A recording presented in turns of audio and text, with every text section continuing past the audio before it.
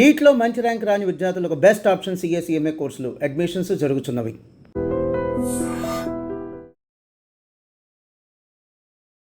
రమేష్ గారు ఒక 62 years old person. 2 years back అతను రిటైర్డ్ అయ్యాడు. బీటెక్ కాలేజ్లో ఇంజనీర్ లెక్చరర్గా ఉండేది.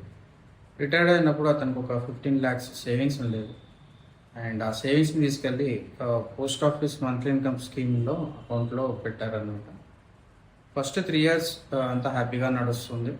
మంత్లీ 9,250 రూపీస్ క్రెడిట్ అయ్యేవి. అండ్ వాళ్ళ వైఫ్ మేడం గ్రాసరీస్ తెచ్చుకునేది, మెడిసిన్స్ తెచ్చుకునేది. And everything was really good.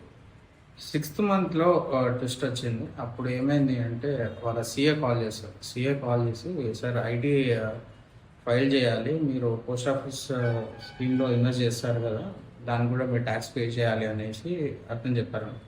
అతనికి అంతవరకు దాని గురించి తెలియదు, ట్యాక్స్ రిలేటెడ్ విషయం తెలియదు. అండ్ ఇది అయిపోయిన నెక్స్ట్ మంత్ సడన్గా వాళ్ళ వైఫ్కి అంటే మేడంకి మెడికల్ ఎమర్జెన్సీ వచ్చిందనమాట. సో అప్పుడు హాస్పిటల్లో అడ్మిట్ చేశారు. అండ్ అర్జెంట్గా ఒక 1.5 lakhs ట్రీట్మెంట్కి అవసరం అయింది. సో వేరే సేవింగ్స్ ఏం లేవు, అసెట్స్ ఉన్నాయి కానీ లిక్విడ్ క్యాష్ కానీ సేవింగ్స్ ఏం లేవు. సో ఉన్న సేవింగ్స్ పోస్ట్ ఆఫీస్లో పెట్టారు. సో వీళ్ళు ఏం చేశారంటే పోస్ట్ ఆఫీస్కి వెళ్ళి ఎంక్వైరీ చేశారు, ఒక 1.5 lakhs విత్డ్రాల్ చేయాలి. సో వాళ్ళు అప్పుడు ఏం చెప్పారు అంటే సార్ ఎప్పుడు ఇన్వెస్ట్ చేస్తారు అనేసి అడిగారు. సో లెస్ దెన్ 3 years అవుతుంది సార్ మీరు ఇన్వెస్ట్ చేసి. సో ఒక 2% కట్టు పడుతుంది అనేసి వాళ్ళు చెప్పారన్నమాట. సో అప్రాక్సిమేట్గా 30,000 లాస్ ఆయన కార్పస్ మీద. సో ఈ రెండు ఇన్సిడెంట్స్ తర్వాత అసలు ఈ స్కీమ్ మనకి మనశ్శాంతి ఇస్తుందని అనుకున్నాను నేను. కాకపోతే ప్రతిరోజు దాని గురించి ఎక్కువ ఆలోచన చేయడం స్టార్ట్ చేశారు. ఈ స్కీమ్లో మనశ్శాంతి పక్కకు పెడితే మనకి క్యాపిటల్ గ్రోత్ లేదు, ట్యాక్స్ పడుతుంది, అండ్ పైగా ఇన్ఫ్లేషన్ మనకి అందరికి తెలిసిందే కదా. అండ్ ఇన్ఫ్లేషన్ కంటే ఎక్కువగా బీట్ చేయడం లేదు, అండ్ ఎమర్జెన్సీలో యాక్సెస్ కూడా లేదు. అండ్ ఒక 5 years తర్వాత ఈ స్కీమ్లో ఈ 9,250 కానీ 10,000 ఇవ్వడం సరిపోదా అనే స్ట్రెస్ స్టార్ట్ అయిందనమాట దానికి. సో ఈ డిసిషన్ రాంగ్ అయిందేమో అనేసి డైలమాలో పడ్డాడు. కానీ వాళ్ళ ఫ్రెండ్స్ చెప్పినట్లుగా 15 lakhs ఇన్వెస్ట్ చేస్తే ఎవ్రీ మంత్ ఫిక్స్డ్ ఇన్కమ్ వస్తుంది, పీస్ ఆఫ్ మైండ్ ఉంటుంది కదా అని చెప్పారు. దాని ప్రకారం ఇతను వెళ్ళాడు. ఇక్కడ తప్పు చేస్తాను నేను అనేసి ఆలోచన స్టార్ట్ చేశాడు. అండ్ ఇంకోసారి క్రాస్ చెక్ చేసుకుంటే బ్యాంక్లో 6% ఇస్తుంది. 6% కంటే ఇక్కడ 7.4% ఇస్తుంది కదా, మంచిదే కదా, అయినా కూడా నాకెందుకు ఇది సెట్ అవ్వట్లేదు అనేసి మళ్ళీ ఒక క్వశ్చన్.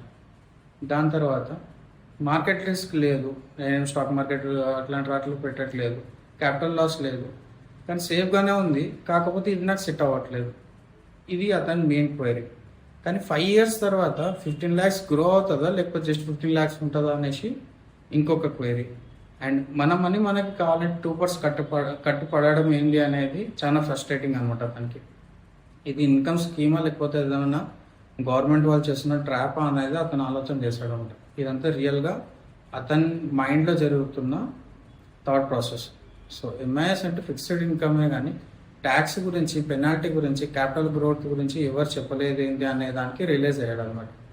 సో దాని తర్వాత ఎవ్రీ మంత్ 9,000 రూపీస్ వస్తుంది, కానీ 5 years తర్వాత క్యాపిటల్ గ్రోత్ మొత్తం 0 అవుతుందని కన్ఫర్మ్ చేసుకున్నాడు. దాని తర్వాత మెడికల్ ఎమర్జెన్సీ కానీ ఏదైనా ఎమర్జెన్సీ ఉన్నప్పుడు ప్రీమేచ్యూర్లో క్లోజ్ చేస్తే 2% కట్ కావడము అది అతను తట్టుకోలేకపోయాడు అనమాట. అండ్ ఇన్ఫ్లేషన్ పెరుగుతుంది అనేది రియలైజ్ అయ్యాడు.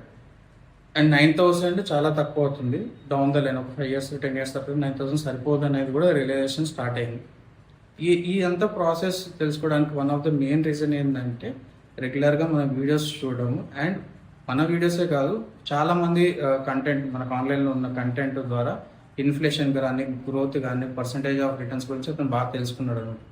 ఇవన్నీ తెలుసుకున్న తర్వాత అతను మన దగ్గర కన్సల్టేషన్ తీసుకున్నాడు. ఇదంతా జరిగి ఒక 1.5 year అవుతుంది. కన్సల్టేషన్ తీసుకున్న తర్వాత అతను తెలుసుకునేది ఏంటంటే దీనికి ఆల్టర్నేటివ్ అతనికి సూట్ అయ్యేది ఏంటంటే debt funds and hybrid funds. ఇది దానికి ఎగ్జాక్ట్గా ఆల్టర్నేటివ్ అని అతను ఫీల్ అయ్యాడు అనమాట. అతను దానికి ఎందుకు కావడానికి రీజన్ ఏంటి అంటే డెట్ ఫండ్స్ అండ్ హైబ్రిడ్ ఫండ్స్లో ఎస్డబ్ల్యూపీ పెట్టుకోవడం ద్వారా సేమ్ 10,000 వచ్చినా సరే లాక్ ఇన్ ఉండదు, 2% కట్స్ ఏమి ఉండవు, ఎగ్జిట్ ఏదైనా ఎమర్జెన్సీ ఎగ్జిట్ కావచ్చు, ట్యాక్స్ తక్కువ ఉంటుంది, at the same time capital కూడా గ్రో అవుతుంది.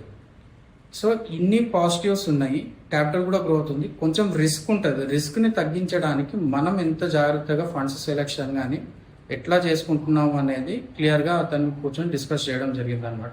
సో దాని ప్రకారమే మనం ఫండ్ సెలెక్షన్ కానీ అతని పోర్ట్ఫోలియో డిజైన్ చేయడం కానీ చేసి అతనికి ఇచ్చాము. Now he is very much happy. And emergency and withdrawal చేసుకోవడానికి అతనికి ఎటువంటి రిస్ట్రిక్షన్స్ ఏమి ఉండవు.